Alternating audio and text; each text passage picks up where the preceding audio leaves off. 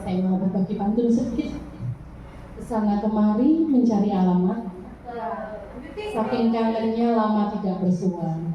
Ketemu kami dalam satu semangat di SD Negeri Pager 2. Bismillahirrahmanirrahim. Alhamdulillahirrahmanirrahim. Wassalatu wassalamu ala asrofil anbiya'i wal mursalin sayyidina wa maulana Muhammadin wa ala alihi wa sahbihi ajma'in.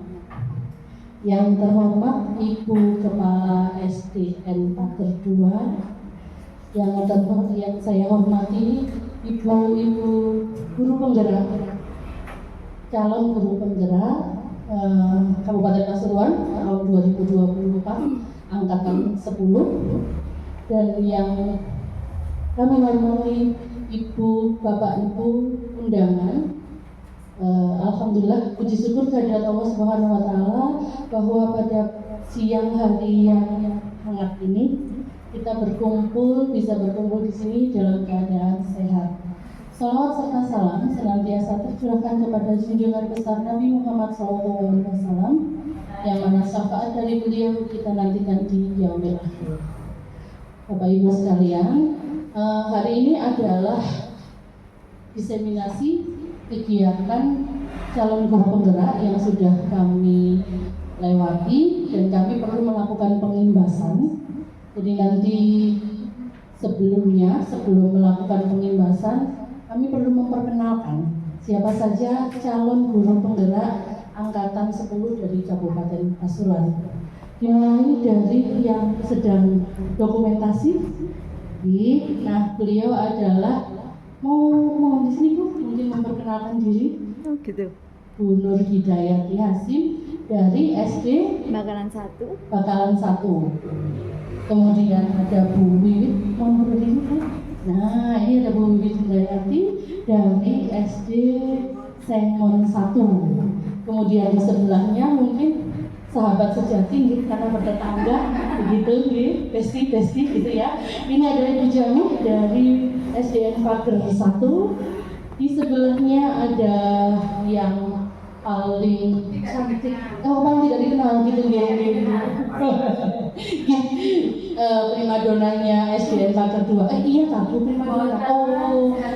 Ganteng tapi kan semangatnya luar biasa. Ada Bu Faiz. Kemudian teman saya yang paling cantik dari SMK Negeri 2 Sukoharjo, ada Ibu Dewan Mawadah.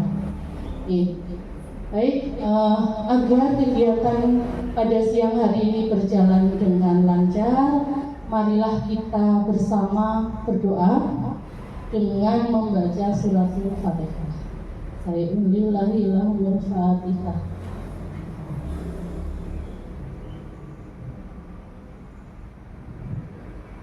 Amin. Untuk paparan yang pertama nanti akan disampaikan oleh yang tercantik, ada Budian Mawadah. Kepada Budian Mawadah disilakan.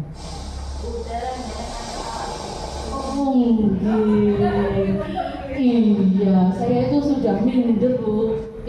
Yang paling besar di antara semua ini, yang kalau dari gerbang sudah langsung terlihat, itulah saya. Perkenalkan, saya Nova Chandra Nintias dari SMK Negeri 2 Sukoharjo.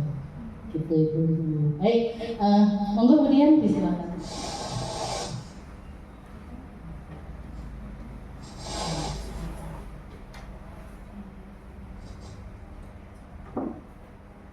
Terima kasih atas kesempatan yang telah diberikan kepada saya. Di sini saya akan menjelaskan tentang tujuan pendidikan. Nah, Bapak Ibu, di sini menurut KHD atau Ki Hajar Dewantara, tujuan pendidikan adalah menuntun segala kodrat yang ada pada anak-anak.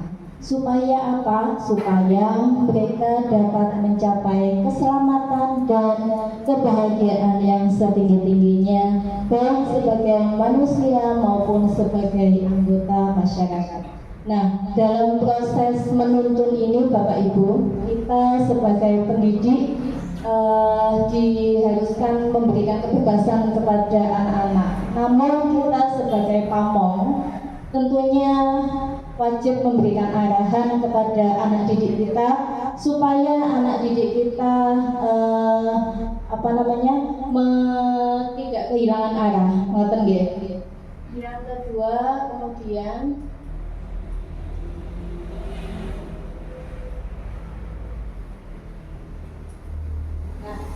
konsep utama budaya positif kali ini yang pertama ada perubahan paradigma belajar, yang kedua disiplin positif, kemudian ada KDM atau kebutuhan dasar manusia, yang keempat ada motivasi perilaku manusia, yang kelima restitusi, yang keenam keyakinan kelas, dan terakhir yaitu kita akan membahas tentang segitiga restitusi. Nah, Bapak Ibu, budaya positif nggih. Nah, budaya positif di sekolah yaitu nilai dan kebiasaan di sekolah yang berpihak pada murid kita supaya mereka dapat berkembang menjadi pribadi yang kritis, penuh hormat, bertanggung jawab sesuai dengan profil pelajar Pancasila. Nah, budaya positif misalnya siswa kita mematuhi peraturan di sekolah, datang tepat waktu, mengikuti jamaah dan kegiatan yang lainnya.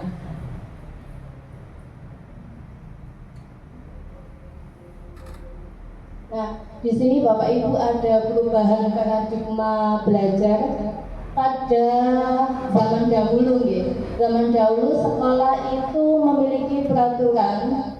Nah, peraturan hasil yang diharapkan itu disiplin Bapak Ibu.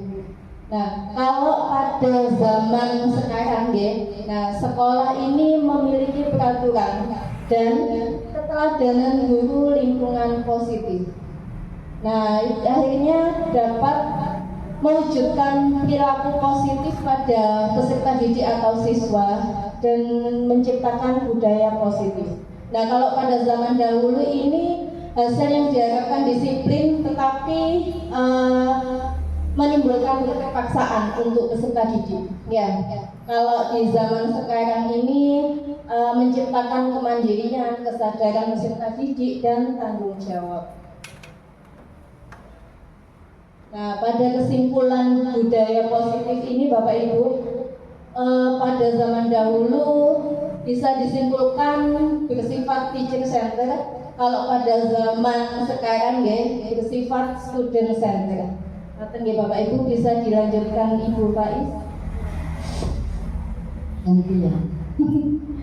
Baik, Bapak Ibu, di sini saya mempunyai satu permainan yang saya meminta jenengan semua nanti berpasang-pasangan. Jadi Bu Muda dengan Bu Lia, dengan Bu Riza dengan sebelahnya, Bu Iis dengan sebelahnya, dan Bapak dengan sebelahnya. Monggo silakan. Kegiatannya adalah coba buka. Anda adalah A, berarti orang pertama adalah A. Tugas Anda adalah mengepalkan satu tangan Anda. Coba Anda bayangkan bahwa Anda menyimpan sesuatu yang sangat rahasia, berharga, dan tidak boleh ada satu orang pun yang melihatnya.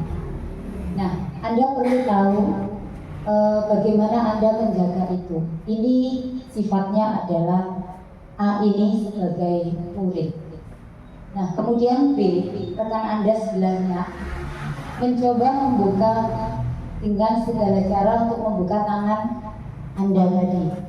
Anda boleh menghardiknya, boleh memintanya, boleh meraih, boleh merengek, terserah, pokoknya tangan ini bisa terbuka. Monggo silahkan. Saya pengen semuanya mempraktekkan ini dan merasakan apa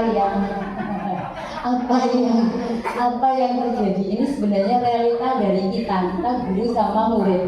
Monggo silakan semuanya. Nah, buka tutup boten. Ini jangan dibuka kalau bisa. Itu orang A. Buka, gitu caranya. Diapain dulu ya? Dengan cara dikit-dikit katanya mulia. Ayo, Bu Riza. Ini gimana caranya membukanya? Bu Riza yang buka. Bu Riza membuka dengan sendirinya atau gimana? Bagaimana caranya? Oh, dikit-dikit. Bu Iis gimana dengan Bu Ana? Gimana caranya? Oh, ini merayu. Bagaimana dengan Pak Hari dan juga Pak Rocky? Ya apa ya? Begitu dirayu dengan halus. Apa yang terjadi?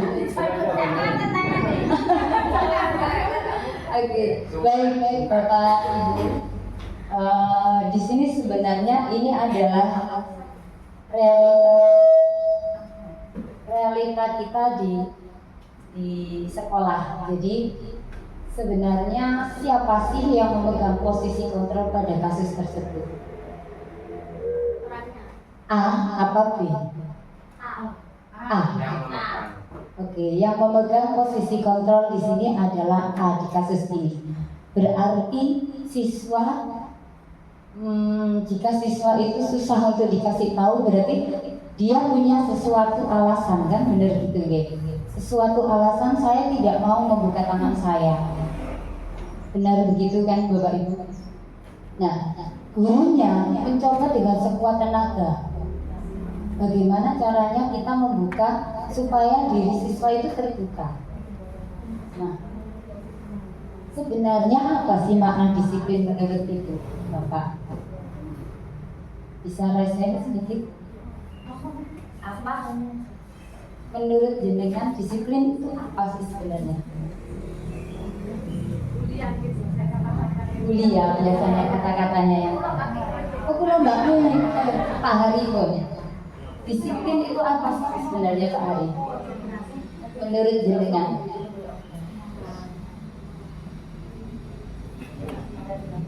Disiplin itu adalah, contohnya, beri contoh kan? Oh iya, boleh. Umpamanya mengerjakan sesuatu sesuai dengan waktu yang ditentukan. Mengerjakan sesuatu sesuai dengan waktu yang ditentukan. Mungkin ada yang lain? Enggak. Ayo, mungkin ada yang lain. Bu Riza, ayo Bu Riza. Ada sesuatu?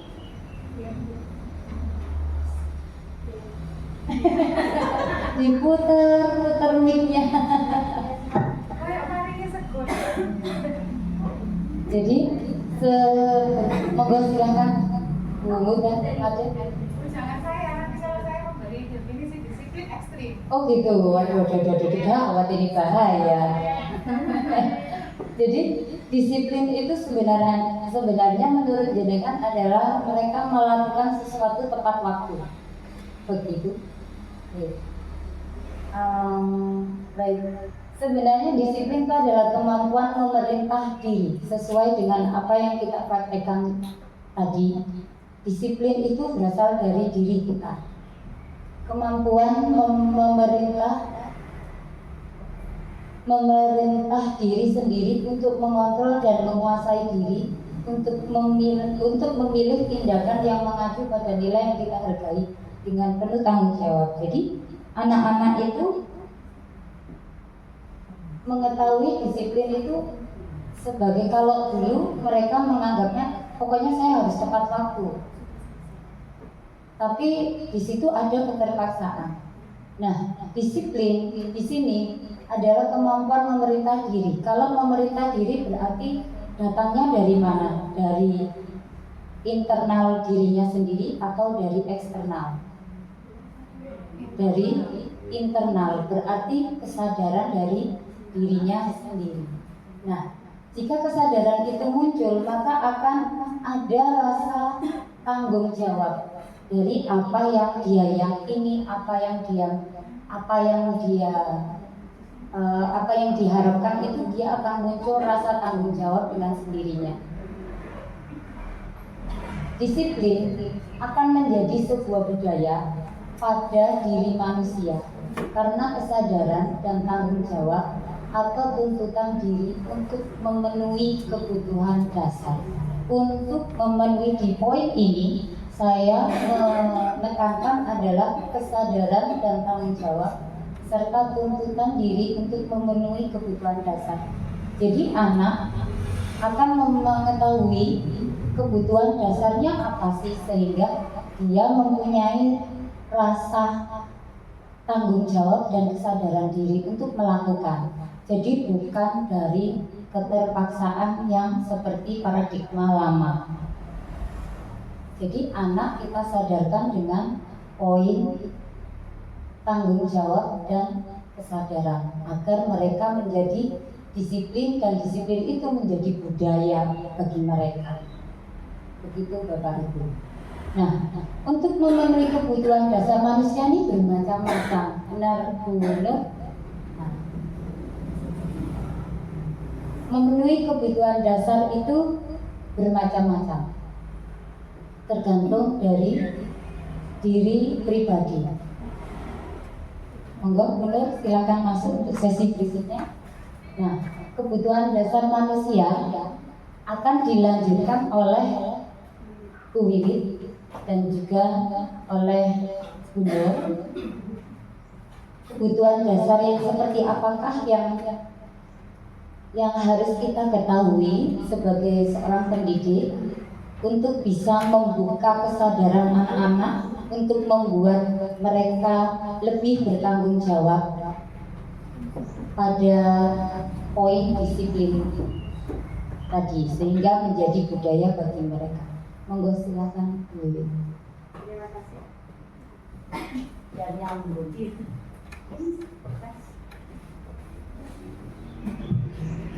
Terima kasih atas waktunya. Sebelum kita ke kebutuhan dasar manusia yang tadi sudah diberikan contoh oleh rekan saya di depan dengan Bu Faiz tadi, kita mencoba mengepalkan tangannya tadi. Jenengan yang satu mengepalkan tangan, yang berperilaku sebagai temannya, yang berkeinginan untuk membuka dari kepalan tangan temannya dengan rasa penasaran yang amat tinggi, kepingin tahu apa tadi yang ada di dalam tangan tersebut. Seperti yang sudah dijelaskan oleh rekan saya tadi, kalau tidak mau membuka itu berarti punya alasan tersendiri kenapa dia tidak mau membuka. Rahasia. Nah, ada yang rahasia. Kenapa kok rahasia? Kenapa kamu tidak mau membuka? Sampai yang harus merayu-rayu, ngitik-ngitik ya? Atau ada juga tadi yang masih gak dibuka. Ya, seperti itu. Karena setiap orang punya kebutuhan dasar.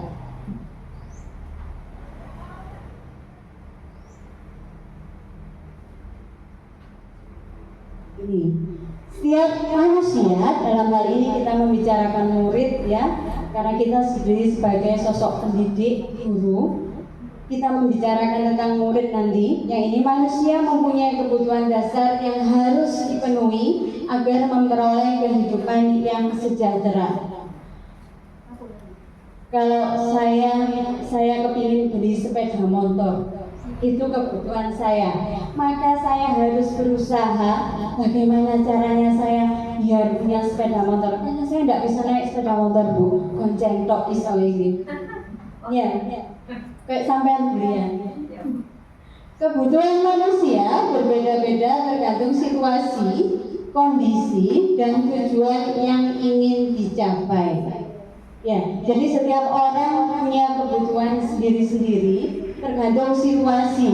Kalau Bu Jami rumahnya dekat sini tidak perlu pakai sepeda motor, jalan kaki bisa. Kalau saya dengan kuliah rumahnya di bawah, kalau harus naik ke sini kos-kosan nih kalau jalan kaki. Jadi harus punya sepeda motor. Gitu.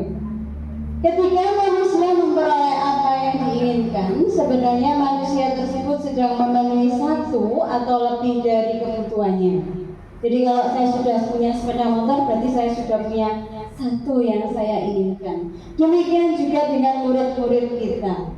Mengapa anak-anak itu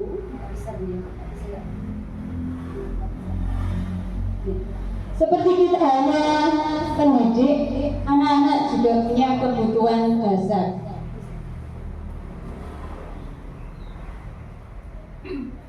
Menurut Dr. William Glasser dalam choice theory, bergaya sih ngomongnya, ada 5 kebutuhan dasar manusia. Ini ada survival. Kemudian survival itu dia. Aku apa-apa bahasa Inggris. Survival apa? Bertahan hidup. Katanya Bu Nur ini bertahan hidup. Bagaimana caranya supaya kita bertahan hidup? Yang berikutnya ada cinta kasih atau diterima. Kalau ini semua sudah cinta kasih dan diterima. Yang berikutnya ada kesenangan. Juga senang.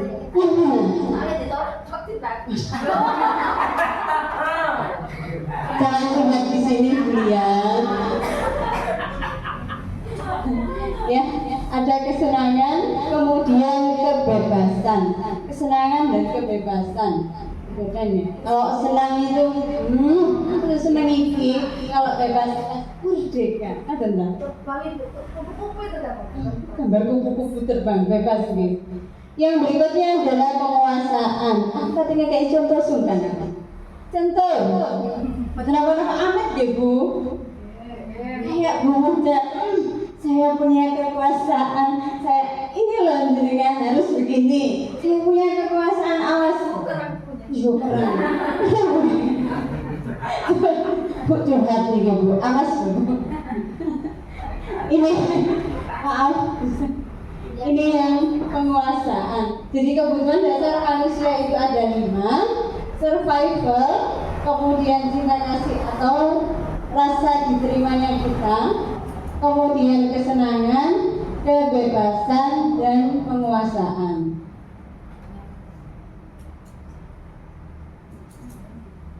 Dari 5 keterangan tentang kebutuhan dasar itu, saya kira setiap kita sebagai pendidik itu sudah menyadari bahwa kita punya kebutuhan dasar. Ini.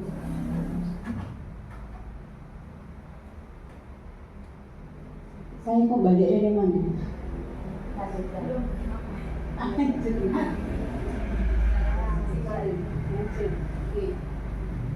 Saya kira kebutuhan dasar tiap kita sebagai pendidik itu, kalau pada intinya 5 ini, tapi saya tidak tahu jenengan kebutuhan dasarnya ada berapa.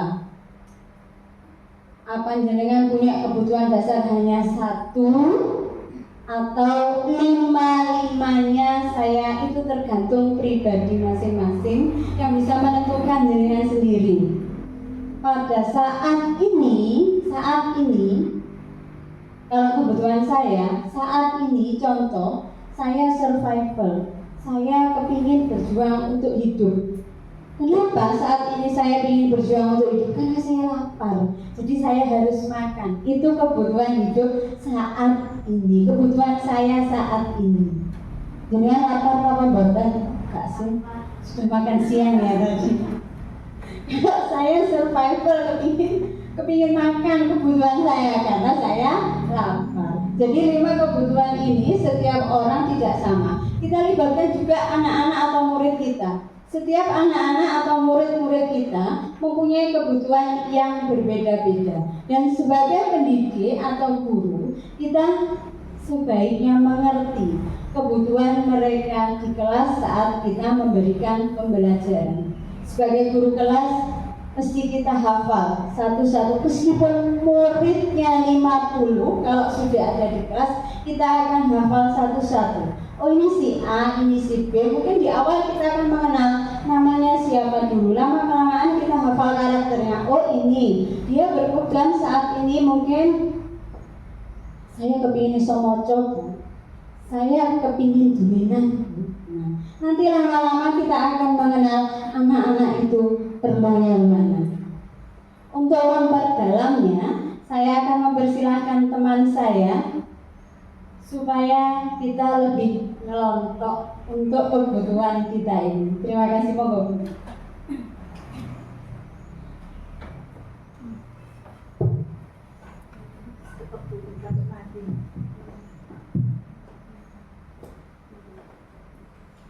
Terima kasih waktunya untuk Ibu Wiwit. Baik Bapak Ibu, sebelum saya lanjutkan ke sesi berikutnya, saya ajak bergerak bagaimana supaya bisa lebih fokus lagi, okay? Nah, saya contohkan terlebih dahulu, nanti bisa diikuti. Ini mau bergerak apa? Mau duduk nyaman? Oh, bergoyang ya, nanti terakhir dan sesi terakhir nanti ada sesi bergoyang. Nah, sekarang ini saya contohkan terlebih dahulu. Mungkin dari Bapak Ibu sudah ada yang pernah tahu ini, tapi tidak apa-apa supaya bisa bergerak lagi. Bahaya, Bu. Ini 1 ditambah 1 sama dengan 2. 2 ditambah 2 sama dengan 4. 4 ditambah 4 sama dengan 8. Goyang Ibu Bunda. 8 ditambah 8 sama dengan 16. Oh, kayak lagi. Enggak, bisa ya Ibu-ibu? Nah, kan sama seperti murid kita nyanyi satu gitu. Mau nggak? 1 ditambah 1 sama dengan 2. 2 ditambah 2 sama dengan 4. 4 ditambah 4 sama dengan 8. 8 ditambah 8 sama dengan 16. Tepuk tangan untuk kita semua. Terima kasih Bapak Ibu. Di sini saya akan melanjutkan apa yang disampaikan oleh Bu Wiwit terkait kebutuhan dasar manusia. Ya tadi sudah kebutuhan dasar manusia kan ada kebutuhan fisiologis yang terdiri dari survival tadi ya. Kemudian kebutuhan psikologis ini yang 4 tadi adalah kebutuhan psikologis. Ada yang cinta kasih diterima, ingin diterima, murid kita ingin diterima. Kemudian ingin yang kadang ingin jadi jagoan ya Bu ya, ingin menguasai hanya jadi jagoan seperti itu. Kemudian ada kebebasan, ingin bebas, ingin melakukan apa yang dia inginkan. Kemudian kesenangan, seru-seru, usil-usil kan temannya. Pasti banyak dari murid-murid kita ya, usil diem-diem, usil akhirnya temannya ngatur. Itu yang nakal, aku yang seperti itu. Pasti banyak ya. Nah itu adalah merupakan salah satu dari kebutuhan dasar yang ingin dimiliki, yang ingin yang ingin dikeluarkan oleh murid kita. Nah, selanjutnya ini ada kasus Bu. Kasus. Ada kasus Kasusnya seperti ini. Ibu guru Ria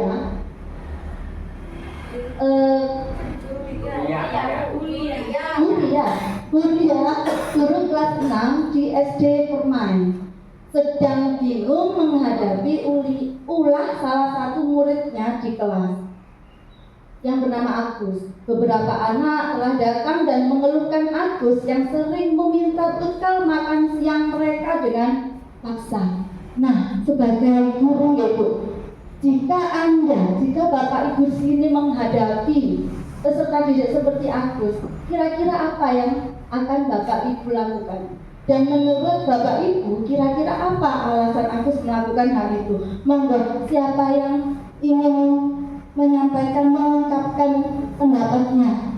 Monggo. Ketika ada murid kita membawa bekal, kemudian bekalnya dimintai sama teman-temannya itu diminta.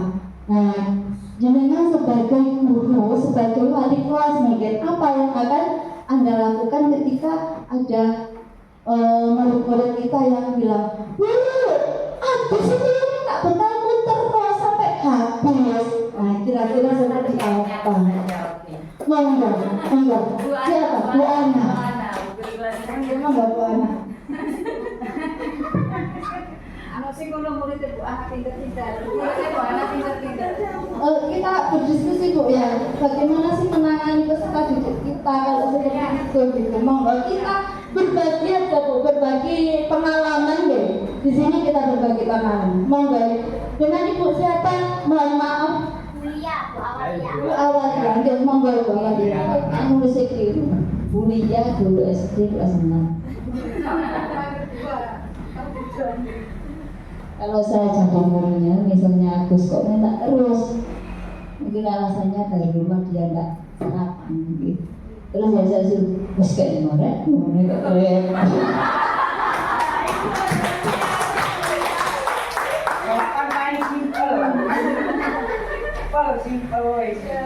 Bagi saja cukup dari jawaban saya.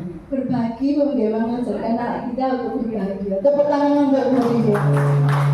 Mungkin ada lagi yang ingin menyampaikan, Bunda mungkin, monggo Bunda. Boleh saya nggak? Oh iya tak apa. Sangat terbuka sekali. Pertanyaannya yang pertama, apa yang akan Anda lakukan? Yang pertama, pastinya kita mendekati dulu. Kenapa sih kok bisa seperti itu? Kita kan sudah tahu bahwasannya si anak itu melakukan hal tersebut karena dia ingin memenuhi kebutuhan dasarnya kan. Kita sudah paham itu. Yang perlu kita gali adalah kebutuhan dasar yang mana dan kenapa kebutuhan dasar itu sampai tidak terpenuhi. Jadi setelah kita mendekati oke, untuk 1 kali 2 kali kita bisa opsi jawabannya Bulia, karena di situ tidak ada ruginya, juga membiasakan anak-anak untuk berbagi. Tapi kan itu tidak bisa sepanjang hari ya.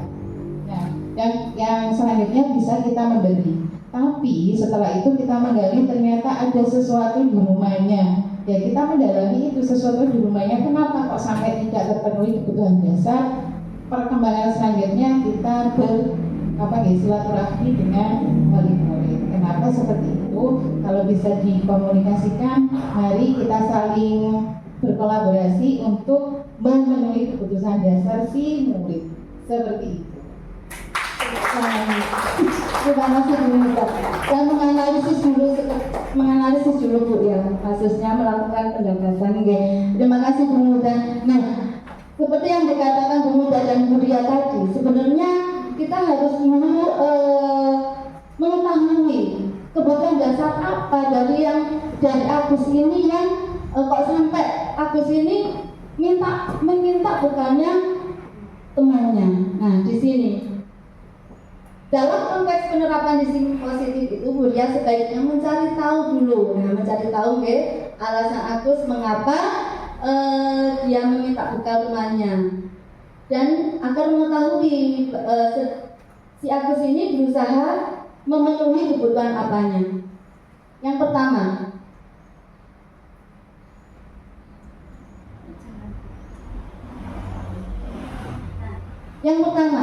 jika Agus itu beralasan lapar dan tidak dibawakan bekal oleh ibunya, maka ini adalah kebutuhan apa kira-kira? Fisiologis atau kebutuhan survival tadi, kebutuhan bertahan hidup. Ya seperti yang disampaikan Bu Ria tadi, ya kasihkan saja, berbagi, tidak apa-apa. Itu adalah salah satu solusi. Nah, kebutuhannya karena Agus tidak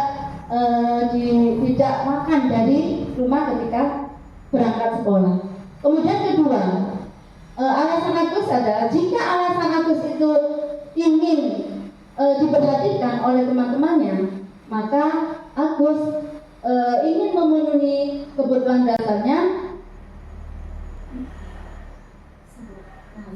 kasih sayang atau diterima. Agus ingin diterima oleh teman-temannya, ingin diperhatikan, ingin diberi kasih sayang oleh bapak ibu gurunya. Makanya dia meminta bekal teman-temannya seperti itu. Kemudian ketiga, jika alasan Agus ini dia merasa hebat karena temannya jadi takut dan menuruti keinginan Agus, maka kebutuhan dasar Agus adalah penguasaan. Dia ingin selalu berkuasa, ingin menjadi yang terhebat, gitu Bu. Selanjutnya, jika alasan Agus adalah merasa bosan dengan bekal yang dibawakan oleh orang tuanya karena selalu bekalnya sama, maka yang dibutuhkan Agus adalah kebutuhan kebebasan.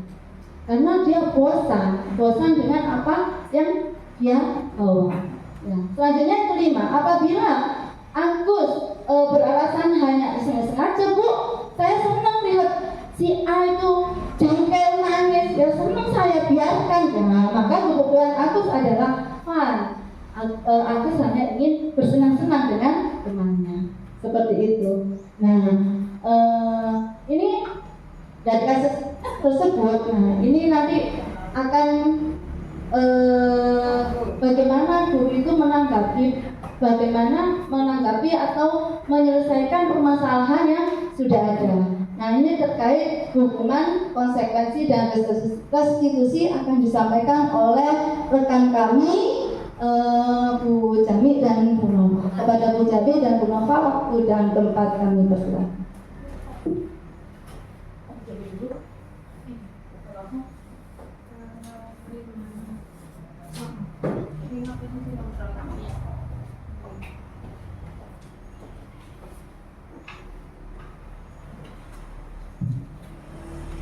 Terima kasih atas waktu yang diberikan.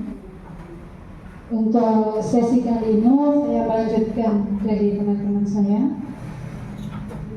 Pada sesi ini meninjau tentang hukuman, konsekuensi, dan restitusi, di mana kita membedakan antara hukuman, konsekuensi, dan restitusi. Hukumnya bersifat menghukum, biasanya kita ke arah fisik. Kadang anak-anak terlambat, dan sampai sekarang anak-anak pasti mintanya apa? Hukuman fisik. Lama Bu, 5 kali muteri lapangan. Gini mau boten? Boten. Ada yang seperti itu.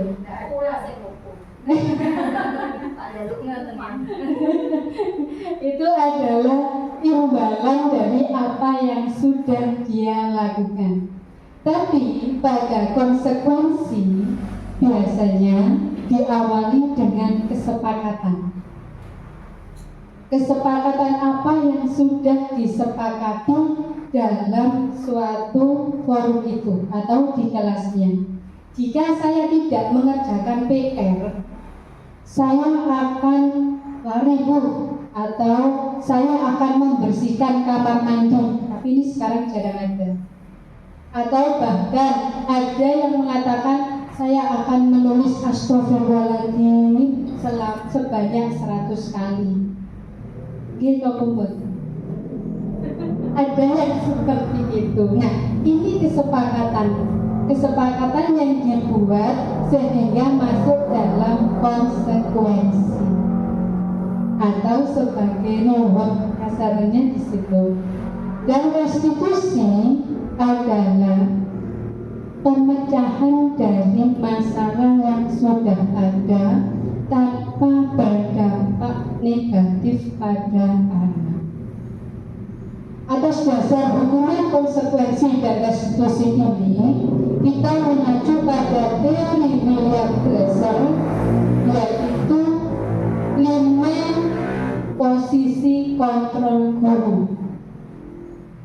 Kita sebagai guru ada 5 posisi kontrol yang biasanya kita lakukan.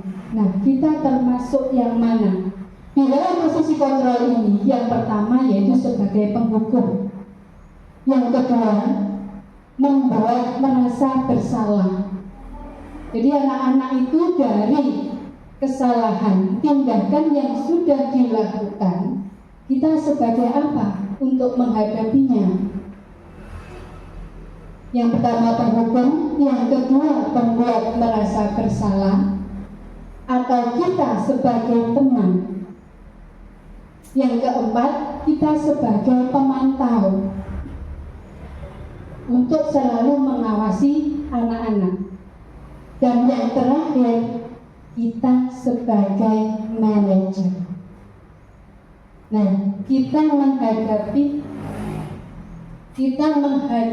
atau mengambil memahami dari tindakan yang sudah dilakukan anak-anak, kita memposisikan guru itu sebagai yang mana. Untuk memahami dari kelima posisi kontrol guru ini, silahkan dipahami dari ilustrasi berikut. Untuk Bu Nova dan Bu Faiz, monggo. Budian dan Bu Faiz.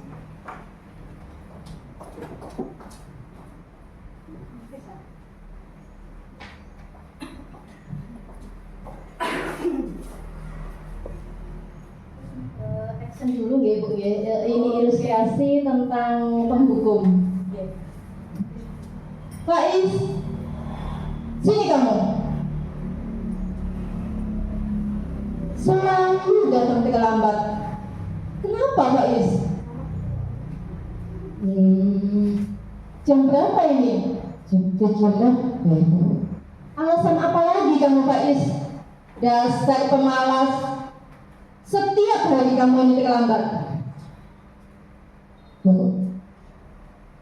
Sudah, kamu nggak ada kapok-kapoknya ya.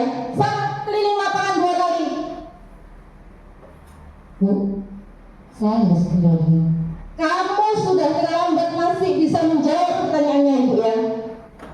Sudah, cepat sana, keliling lapangan 5 kali.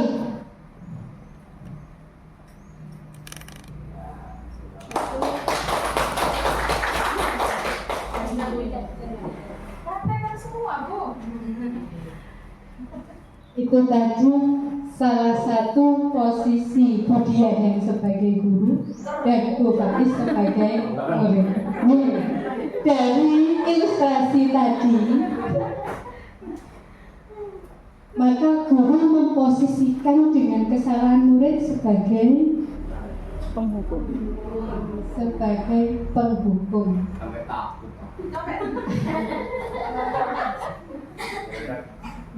Sebagai penghukum, di mana penghukum biasanya suaranya membentak-bentak, menghardik, menyakiti atau bahkan menyindir.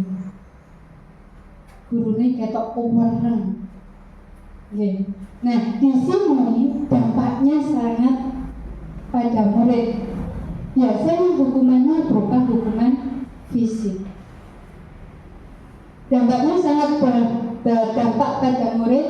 Biasanya anak-anak akan dendam atau merasa tidak suka dengan guru tersebut.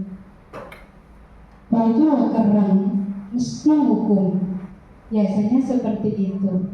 Dan bahkan anak-anak pasti akan sangat berhati-hati saat bertemu dengan guru tersebut. Dan ini dampaknya bahkan sampai bertahun-tahun. Kemungkinan dari Bapak Ibu guru dulu waktu sekolah yang pernah bertemu dengan guru yang berposisi sebagai penghukum pasti ingat sampai sekarang. Monggo beliau.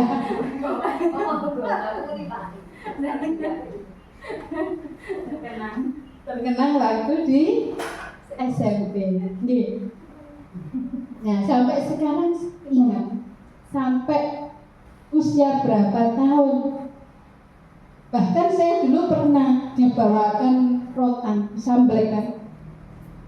Tak samblek. Nah, itu adalah sebagai posisi penghukum. Oke. Selanjutnya untuk memahami yang keempat selanjutnya, silahkan diperhatikan ilustrasi berikut.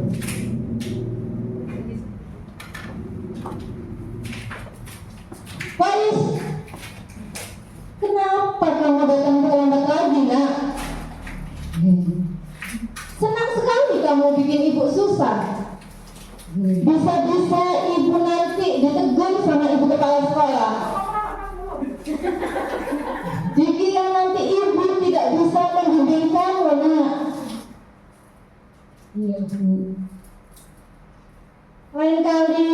jangan seperti ini nak ya.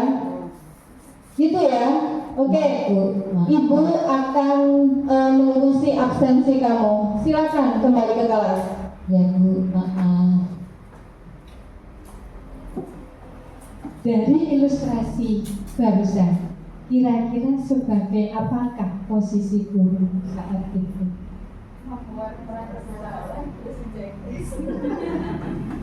Membuat rasa bersalah, di mana guru akan membuat murid itu merasa bersalah, merasa gagal akan caranya, bahwa dia sudah melakukan suatu kesalahan.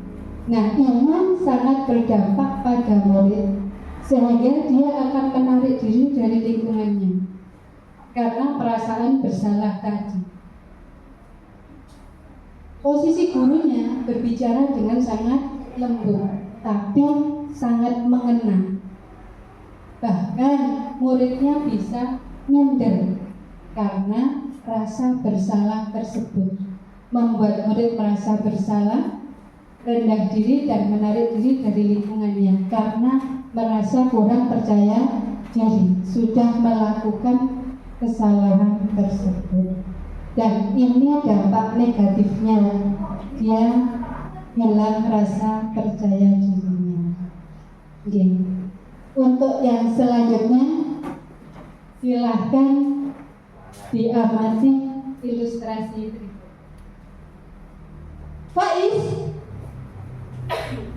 wah sudah jam berapa ini nak? Jam 7:15. Kamu terlambat lagi. Sudah kesekian kalinya kamu terlambat. Iya Bu, maaf. Bukannya kamu ini anak yang larinya kenceng ya? Kok terlambat sih? Ya walaupun kencang, gak kekejar Bu. Ya sudah, lain kali berangkatnya lebih pagi ya nak ya. Bikin seneng ibu. Ya, buat ibu. Ya, Gitu ya. Ya. Ya sudah, sana. Kamu masuk kelas dulu ya. Terima kasih Bu. Oke. Ya.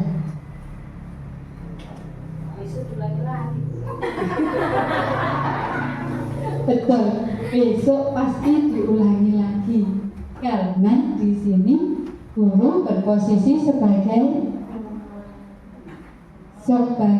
teman. Gurunya tidak keren, gurunya bisa sabar, santai, bisa bergurau. Tapi dampaknya kepada anak, dia akan berbuat baik jika hanya ada orang-orang tertentu.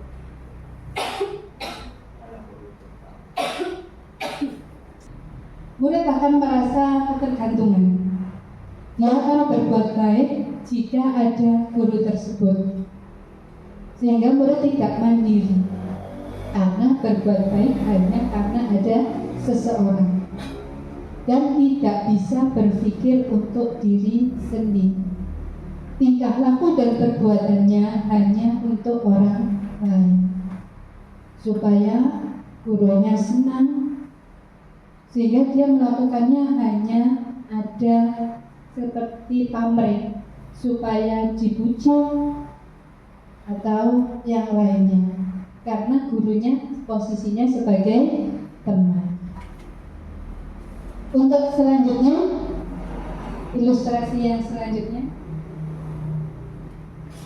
Faiz, kamu tahu tentang peraturan sekolah di sini? Masuknya jam berapa? Iya Bu, jam 7 Bu. Kamu sudah tahu konsekuensinya kalau terlambat masuk ke sekolah ini apa? Iya Bu, kerjakan tugas rapor. Nah, oke. Jadi nanti setelah jam pelajaran habis, kamu wajib mengerjakan tugas dari ibu sampai selesai. Iya Bu. Gitu ya Faiz ya? Iya Bu. Siap? Siap Bu. Oke. selanjutnya yaitu guru diposisikan sebagai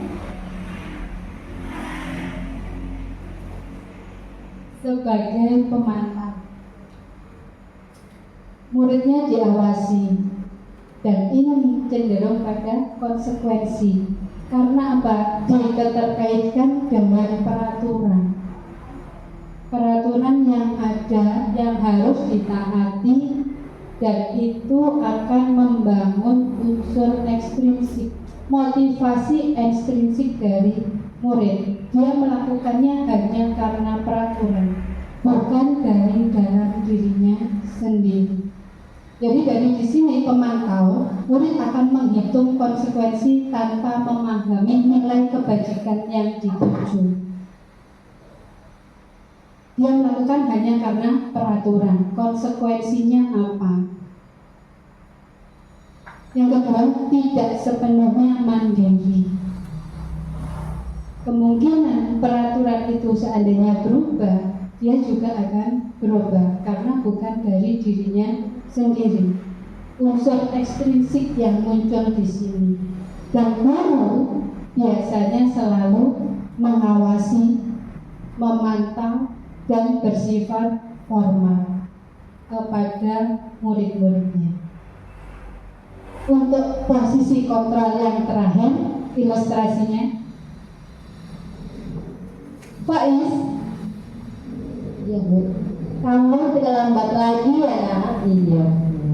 Sekolah masuknya jam 7. Ini sudah jam 7.20. Iya Bu. Jadi bagaimana ya Faiz? Kenapa kamu terlambat nak? Jadi lupa setel alarm Bu. Baik, kalau begitu keyakinan seperti apa yang harus kamu tingkatkan? Menghormati orang lain sama menghormati diriku. Oke, Itu kan Bu. setuju ya, gitu ya. Oke, apakah Faiz bersedia untuk memperbaiki keterlambatan ini? Iya siap Bu. Siap. Bersedia ya?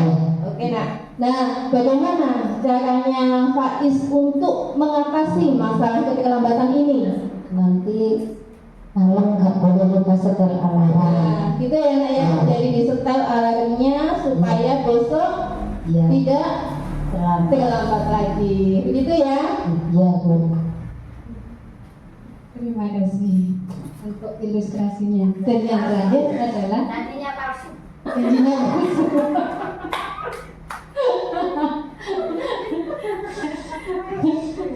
Janji yang tidak ditepati. Pada posisi manajer adalah posisi yang disarankan untuk guru. Nih, kita memposisikan guru kita sebagai manajer. Nah, di sini guru dapat menerapkan disiplin positif yang berpihak pada murid, yang memerdekakan murid, memunculkan rasa tanggung jawab. Dan proses ini seperti yang ditanyakan Budian tadi, anak akan berusaha untuk mencari solusinya. Yang katanya boleh ya, solusinya adalah janji palsu.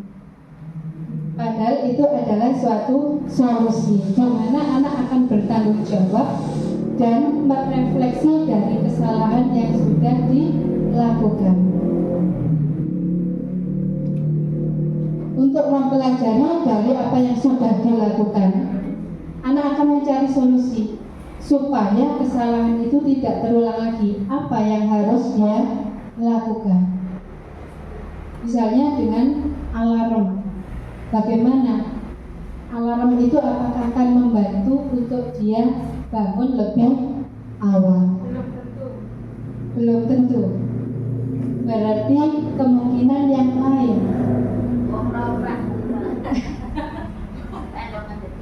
Nah, ada solusi yang kedua, antisipasi.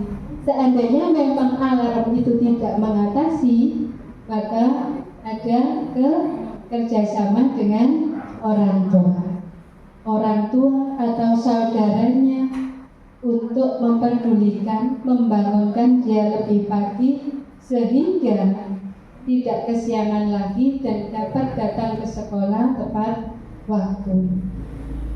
Di sini guru memposisikan dirinya sebagai manajer, di mana akan membentuk murid-murid yang mandiri dan bertanggung jawab. Munculnya motivasi intrinsik dari dirinya sendiri, karena dia merasa tanggung jawab bahwa sebelum jam 7 saya sudah harus ada di sekolah. dan dia mandiri dengan apa? Dia akan mempersiapkan dirinya sendiri. Dari sini muncullah aspek motivasi intrinsik pada murid. Dia datang sebelum jam 7 bukan karena apa-apa, tapi karena dari dirinya sendiri. Sehingga dilakukan setiap hari akan membentuk budaya positif pada murid. Dia akan melakukan disiplin positif, disiplin waktu. Dia nggak akan melanggar waktu lagi. Disiplin positif ini yang akan muncul dari anak tersebut. Dan yang terakhir akan membentuk karena sudah terbiasa dari kehidupan sehari-hari, dilakukan setiap hari merupakan suatu budaya, maka akan terbentuk murid yang berkarakter. Berkarakter di sini dia akan mematuhi atau melaksanakan kebiasaan-kebiasaan yang baik. Tidak ada pelanggaran lagi. Selanjutnya, untuk pemecahan atau mengatasi pada anak yang bermasalah pada murid kita, yaitu dengan menerapkan tahapan segitiga restitusi yang selanjutnya akan disampaikan oleh Bu Nova. Kami persilakan. Baik, terima kasih waktunya Bu Jami. Baik Bapak Ibu, apa sih segitiga restitusi? Sebelumnya mau saya kaitkan dulu dengan apa itu hukuman dan apa itu konsekuensi. Nah, saya punya contoh kasus, ada 2 contoh kasus. Yang pertama, kamu dihukum lari mengelilingi lapangan karena terlambat. Kasus yang pertama. Kasus yang kedua, kamu bersihkan meja karena menumpahkan minuman di meja. Satu lagi kasus, dihukum lari 5 kali memutari lapangan karena terlambat masuk pada jam olahraga. Kita kupas, manakah yang termasuk hukuman, manakah yang termasuk sanksi atau konsekuensi dari ketiga kasus itu. Yang pertama, lari mengelilingi lapangan upacara berapa kali tadi? 5 kali karena terlambat. Kira-kira itu hukuman atau konsekuensi? Hukuman, ya hukuman. Kenapa? Karena melibatkan fisik. Kemudian yang kedua, membersihkan meja, tumpahan air karena tadi menumpahkan air. Jadi dia diminta membersihkan mejanya. Itu hukuman atau konsekuensi? Betul sekali. Konsekuensi, meskipun fisik tapi konsekuensi. Dia menumpahkan minuman, konsekuensinya ya dia yang membersihkan minumannya, begitu ya. Yang ketiga, lari memutari lapangan basket 5 kali karena terlambat mengikuti jam olahraga. Hukuman atau konsekuensi? Konsekuensi atau hukuman? Kenapa kok konsekuensi? Kan dia fisik juga. Betul sekali. Jadi tidak selamanya fisik itu dikatakan hukuman. Nah, dalam hal ini karena dia pada saat pelajaran olahraga dan dia terlambat, konsekuensinya nyambung. Jadi fisik. Bagus. Nah, benar. Sebab kedua itu luar biasa. Oke. Sudah tahu sebelum diberitahu gitu. Nah, untuk mengatasi permasalahan-permasalahan yang ada dari murid tadi itu memakai segitiga restitusi. Jadi fungsinya kalau tadi hukuman itu berlakunya jangka pendek saja. Mereka menyadari kesalahan, habis itu dihukum, besok diulangi lagi, dihukum, bisa diulangi lagi seperti itu.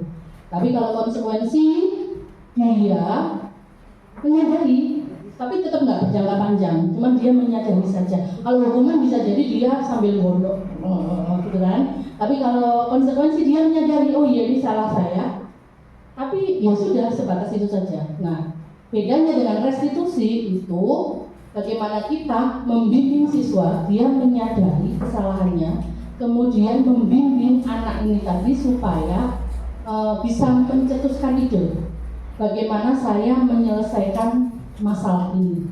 Jadi tidak hanya sebatas memberikan konsekuensi, tapi anak itu kita memancing supaya anak itu bisa mengeluarkan idenya apa ya konsekuensinya. Tapi dari dia, bukan dari kita. Kalau tadi yang dihukum lari itu kan kita kan yang merintah. Ya udah kamu lari telat jam olahraga kamu lari. Tapi kalau restitusi itu enggak, muncul dari anak itu sendiri, betul ya? Tanpa paksaan.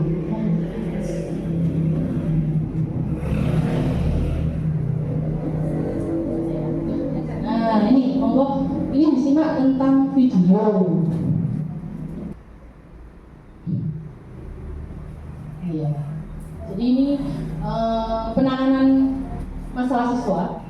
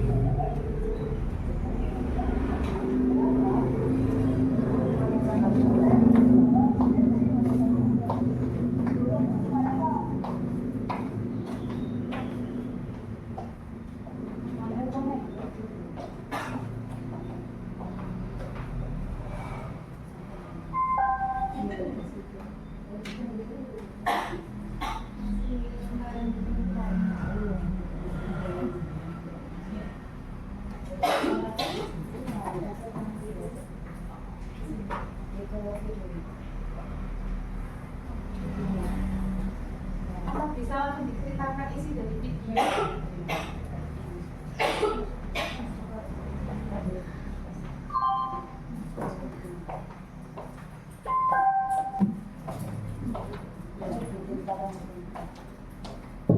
Sikap-sikapnya restitusi gitu saja untuk Sudah lama dapat bersyarat. Kenapa hari ini ada di sini? Kesel pak, kesel banget. Masa aku dikatain tukang fitnah pak? Ya aku marah lah. Aku balik ngatain Eka di depan kelas. Kesel banget. Oh begitu. Ya pasti kamu marah dan kesal. Bapak juga akan marah apabila ada yang menuduh Bapak seperti itu. Kemudian pada saat itu kamu mau melakukan apa? Ya saya langsung ngatain Eka lah pak. Kesel banget. Saya bentak-bentak dia depan teman-teman lain. Oh begitu. Pasti kamu melakukan seperti itu karena suatu alasan tertentu kan? Iyalah, masa saya diam saja pak? Ya saya bela diri lah. Masa saya dituduh tukang fitnah? Ya wajar lah. Mempertahankan harga diri itu sesuatu yang penting buat kamu. Untung kamu tidak bertindak lebih gegabah lagi. Hanya membentak-bentak. Iya pak. Untung saya masih bersabar dan hanya membentak saja. Sudah gemes padahal. Saya pasti bela diri lah. Ya pasti ya. Tapi kamu memilih untuk tetap bertahan dan bersabar. Kamu memilih untuk tidak berbuat lebih parah lagi kan? Iya. Nah, sekarang coba kita lihat lagi tindakan kamu yang bentak-bentak Eka di kelas. Tindakan kamu itu kira-kira sesuai dengan keyakinan kelas atau prinsip kamu tidak? Enggak lah pak. Capek pak jadi pemarah. Jadi keyakinan atau prinsip mana yang kurang sesuai dengan keinginan kamu? Ya, saya sebenarnya sangat menghargai orang lain. Mungkin saat itu saya menjadi emosi, jadi tidak menunjukkan sikap itu. Kamu meyakini tidak? Menghargai orang lain itu penting buat kamu. Yakinlah pak. Iya, setuju. Kita harus saling menghargai. Namun, ada juga keyakinan yang kita sepakati yang perlu kita jalankan apabila kita sedang marah, bukan? Ya, saya bisa lebih proaktif, mulai dengan diri sendiri. Saya bisa jadi lebih bersabar, mengambil waktu jeda untuk berpikir mau apa selanjutnya. Kira-kira kamu bersedia memperbaiki masalah ini tidak? Bersedia pak. Kalau kamu memperbaiki masalah ini, kamu akan menjadi orang seperti apa? Saya akan menjadi orang yang bertanggung jawab kali ya Pak, dan senantiasa proaktif. Iya, menurut kamu bagaimana rasanya menjadi orang seperti itu? Ya nyaman lah, bangga bisa bersabar dan menahan diri. Baiklah kalau begitu. Yuk kita pikirkan bagaimana memperbaiki masalah ini. Ya, itu tadi adalah ilustrasi bagaimana menyelesaikan masalah yang ada pada anak didik dengan segitiga restitusi. Ada 3, yang pertama adalah menstabilkan identitas, kemudian menvalidasi tindakan yang salah, dan terakhir menanyakan keyakinan. Menstabilkan identitas fungsinya untuk apa? Menormalisasikan anak itu, oh iya, salah itu sesuatu yang wajar. Bukan kita membenarkan salah, tapi membuat anak itu merasa tenang. Oh iya, salah itu sesuatu yang wajar. Dengan kalimat apa? Tadi, menenangkannya. Berbuat salah itu nggak apa-apa, nggak ada manusia yang sempurna. Saya juga pernah melakukan kesalahan. Kalau di video tadi, oh iya, memang seperti itu ya, kan emosi. Nah, tuh, fungsinya menstabilkan identitas. Kemudian lanjut kita ke tahap yang kedua, validasi tindakan yang salah. Tadi ditanyakan, apa sih yang kamu lakukan? Jadi ini untuk apa sih?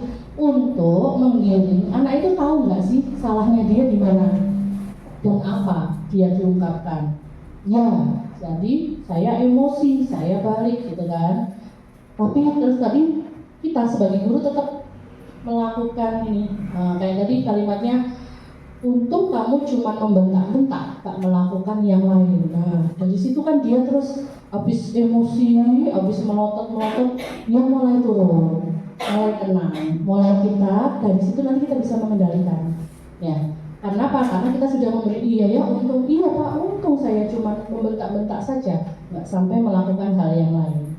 Setelah 2 tindakan itu kita masuk ke yang ketiga, menanyakan keyakinan. Nah, dia pun menyadari, oh iya saya salah. Kira-kira peraturan atau kesepakatan apa yang saya langgar?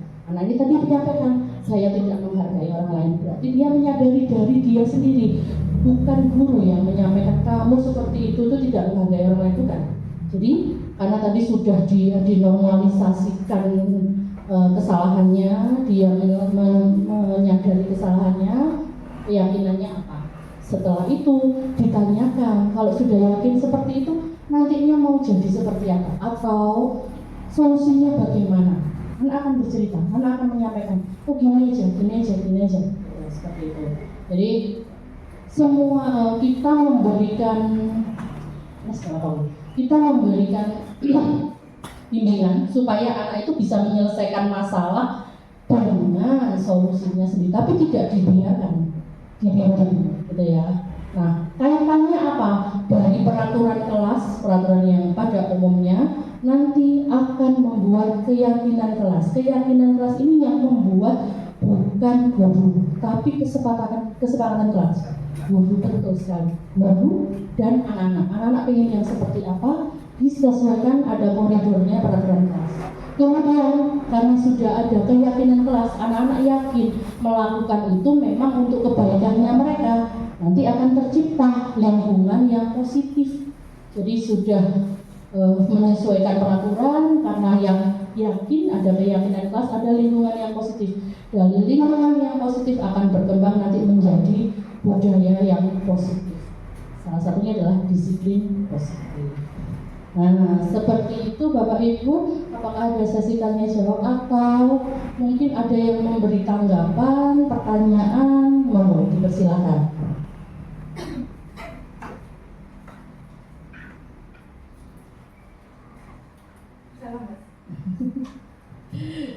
Sampun? Oke, baik.